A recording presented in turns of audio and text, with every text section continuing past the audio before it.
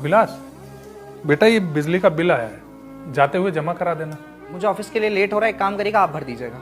इतने साल हो गए लेकिन उसके पिताजी कहते हैं कि तुझे कभी टाइम की कदर नहीं होती, तभी बेटा कहता है कि आपको कदर है, आप ही जाकर जमा कर देना, मेरे पास टाइम नहीं है। यहाँ पर सामने बेटा बैंक मैनेजर भी कहता है कि आपका काम हो जाएगा, मैं चलता हूँ, शायद यहाँ पर अब कुछ अच्छा नहीं है। पिताजी को यह सब कुछ अच्छा नहीं लगता है। उसकी माँ भी यह सारी बातें सुन रही थी।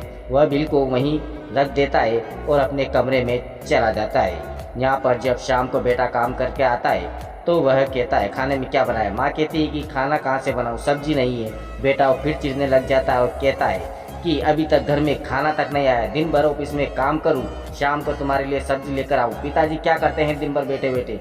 यह बात उसकी माँ को भी अच्छा नहीं लगता, लेकिन बेटा उठता है और कहता है कि लाओ मुझे थैला दो, मैं जाकर सब्जी लेकर आता हूँ। सब्जी वाले से सब्जी लेता है, पैसे देता है तो सब्जी वाला कहता है कि आज आपके पिताजी नहीं आए हैं, उनके 200 रुपये बाकी है। यह बात सुनकर बेटा सोचता है कि पैसे क्या मेरे पिताजी के पास पैसे नहीं है। यह सोचकर वह कुछ नहीं बताता और ठेले वाले को 200 रुपये दे देता है। जब घर पर आता है तो वह खाने की बोलता है, लेकिन उसकी माँ कहती है कि तू खा ले, उन्हें आराम करने दे। और जैसे ही वह देखता है कि बिल अभी तक जमा नहीं हुआ है, अब वह बिल को लेता है और पिताजी के कमरे में जाता है। सोचता है शायद इनके पास पैसे ना हो, तो वह पिताजी का पर्स चेक करता है तो सच में पिताजी के पास पैसे नहीं होते हैं। बस बटुए में मात्र 20 रुपये पड़े थे, जिससे कुछ नहीं होने वाला है।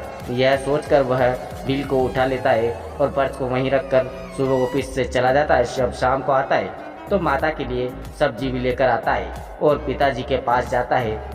पिताजी को कहता है कि मैंने बिल जमा कर दिया है और मुझे माफ़ कर दो, लेकिन पिताजी कुछ नहीं बोलते कि कर दिया है तो अच्छी बात है। और वह बेटा जो बिगड़ा हुआ था, जो चिल्ला रहा था, उसे अपनी गलती का समय पर एहसास हो गया। वह पिताजी से कहता है कि पिताजी मुझे बेटा कहलाने लायक एक बार मौका दे दो, और उसके आंखों में आंसू आ जाते हैं। पिताजी से गले मिल जाता है। दोस्तों वीडियो अच्छी लगे तो लाइक सब्सक्राइब जरूर करना।